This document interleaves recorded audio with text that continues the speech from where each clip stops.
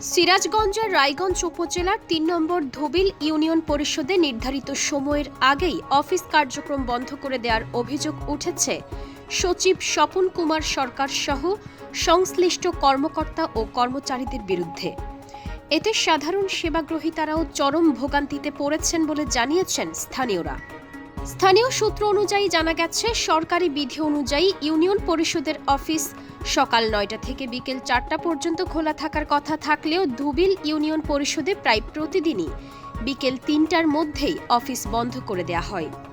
ফলে বিভিন্ন সেবা নিতে আসা মানুষজন প্রয়োজনীয় কাজ সম্পন্ন করতে না পেরে ফিরে যেতে বাধ্য হচ্ছেন। ভুক্তভোগীরা জানিয়েছেন, এ ধরনের অনিয়মের কারণে জন্ম নিবন্ধন, সনদপত্র সহ বিভিন্ন জরুরি সেবা থেকে বঞ্চিত হচ্ছেন তারা।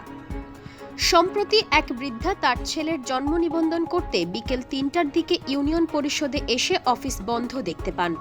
এতে তিনি ক্ষোভ এবং হতাশা প্রকাশ করে।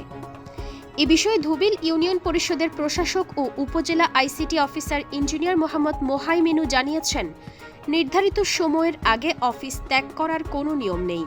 কোনো জরুরি মিটিং কিংবা বিশেষ প্রয়োজনে অফিস ত্যাগ করতে হলে সংশ্লিষ্ট কর্তৃপক্ষকে অবহিত করতে হয়। এ ঘটনায় স্থানীয়দের মধ্যে ক্ষোভ বিরাজ করছে।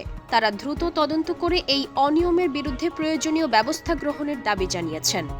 ডেস্ক নিউজ, অগ্রযাত্রা প্রতিদিন। অগ্রযাত্রা প্রতিদিন, নির্ভীক প্রত্যয়ে উজ্জীবিত।